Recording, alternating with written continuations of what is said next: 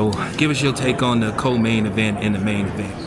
I don't understand what all the fuss was about with people thinking Costa won, and I thought that Estrada succeeded in making the fight look how she wanted it to look. I think that she was the better ring general. I think she was more athletic. And I think that despite a lot of provocation, she had a lot on her mind. You know, she saw it as very personal with her and Golden Boy. She saw it as very personal with her and Roya Alvarado. But she still succeeded in imposing her will. It was really personal to her, but she didn't fight personal until she started doing the Matador thing. Yeah, I thought that was cool. So what is your take on the main event with Oscar Valdez?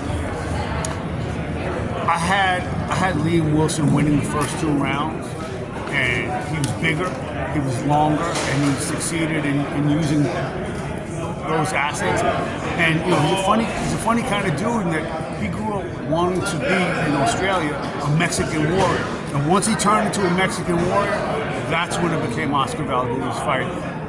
You gotta really respect Oscar Valdez, because the last time he was here against Manuel Navarrete, I mean, you wouldn't be out of line thinking like, hey man, is this it for him? And it ain't. And I give him great respect. Did you have a problem with the stoppage? Did you think it was too early? I didn't. I mean, he was taking a beating, and this kid, he's too courageous for his own good. That's why he got kind of sucked into that fight, and it didn't work for him. He was better when he kept his distance. And once Oscar came in and they had to go shot for shot inside, that was Oscar's fight, and Oscar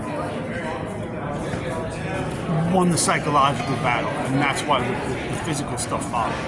Okay, so Mark, quick question. What's your take on Ryan Garcia and some of his antics on the internet, from Elvis is still alive to aliens, and there's something like that, and he knows who killed Tupac, and Did he really?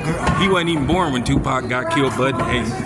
Look, I mean, I thought New York was going to investigate if he's okay or not, and they backed off, because I don't know what to say, except that at one point, wasn't Ryan Garcia, he was going to go dark, he wasn't going to post anymore, and every time, I'm too old to basically operate a phone, but every time I pick up my phone, I got about 7 Ryan Garcias on it, so maybe he knows more than any of us, or maybe not, I don't know.